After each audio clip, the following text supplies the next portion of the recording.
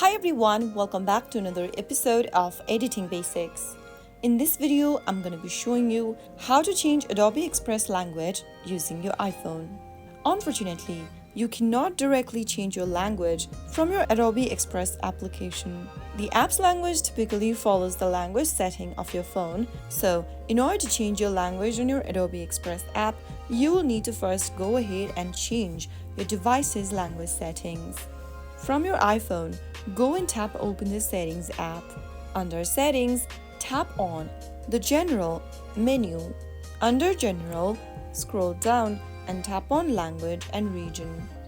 Go ahead and tap on Add Language and select a different language settings from the list. Once you select a language option, you will then be able to change your Adobe Express's language as well. And that is how it can be done. If you found the video to be helpful, go ahead and give us a thumbs up.